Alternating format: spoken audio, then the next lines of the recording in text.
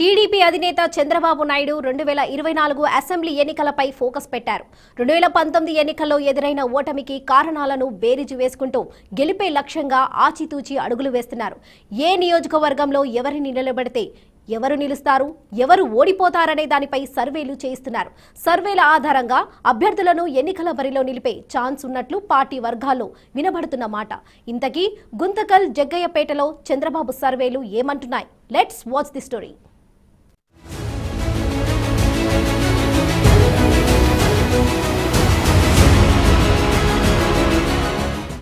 ఇప్పటి వరకు జగ్గయ్యపేట టీడీపీ టికెట్ను వైశ్య కమ్యూనిటీకి ఇవ్వాలని చంద్రబాబు నిర్ణయించుకున్నారు.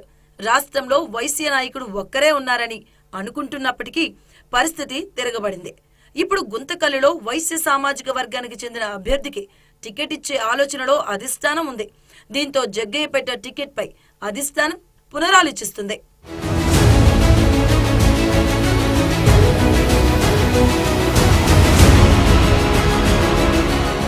గుంతకల్లో ఎవరికి టికెట్ ఇస్తే గెలుస్తారు అనే అంశంపై టీడీపీ పెద్దలు సర్వే చేయించారు.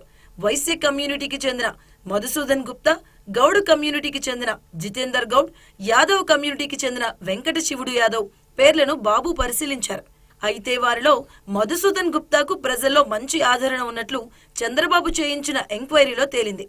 బాబు చేయించిన రహస్య సర్వేలో మధుసూదన్ గుప్తాకే ఎక్కువ మార్కులు పడ్డంతో గుప్తాకే టికెట్ ఇచ్చేందుకు మొగ్గు చూపుతున్నట్లు పార్టీ వర్గాల్లో వినపడుతున్న మాట.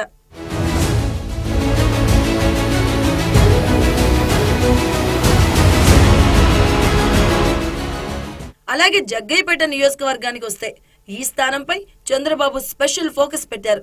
తెలుగుదేశం పార్టీ ఏర్పడిన తర్వాత జగ్గయ్యపేటలో 5 సార్లు టీడీపీ జెండా ఎగిరింది.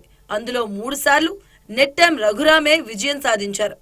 తెలంగాణ నుంచి విడిపోయిన తర్వాత 2014లో టీడీపీ, 2019లో వైసీపీ అభ్యర్థులు గెలుపొందారు.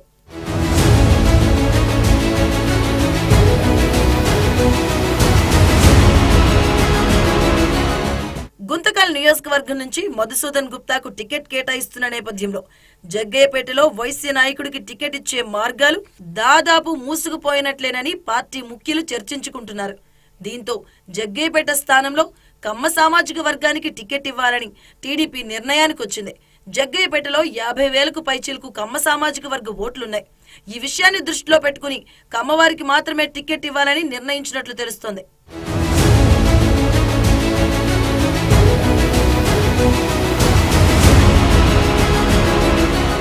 కమ్మ సామాజిక వర్గంలో సీనియర్ కు టికెట్ ఇవ్వాలా లేక యువతకు టికెట్ ఇవ్వాలా అనే విషయంపై బాబు ఆలోచిస్తున్నట్లు సమాచారం. సీనియర్ అయితే మాజీ మంత్రి నెట్టెం రఘురాంకు, యువకుడైతే యాక్టివ్ గా ఉండే నాయకుడు బొల్లా రామకృష్ణకు టికెట్ కేటాయించే ఛాన్స్ ఉన్నట్లు తెలుస్తోంది.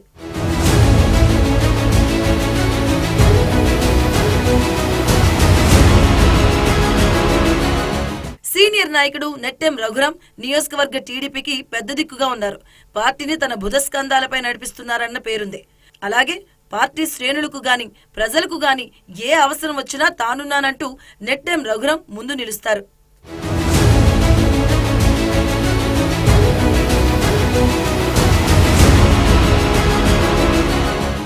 ఇక యువ నాయకుడు బొల్లా రామకృష్ణ బిజినెస్ రంగంలో దూసుకుపోతున్నారు.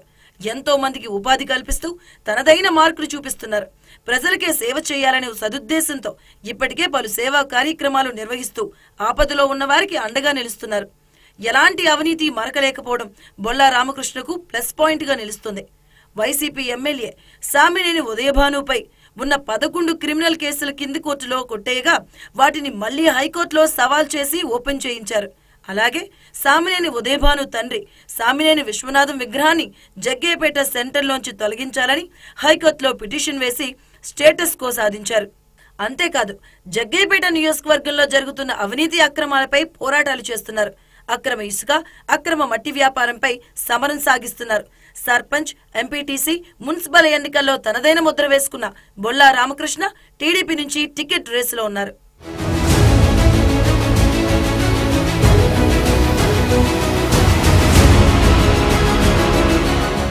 అయితే ఈ అంశాలను టీడీపీ అధిష్టానం లెక్కలు వేసుకున్న తర్వాతే ఈ ఇద్దరిలో ఒకరికి ఖచ్చితంగా టికెట్ కేటాయించే అవకాశాలు మెండుగా ఉన్నట్లు విశ్వసనీయ వర్గాల సమాచారం.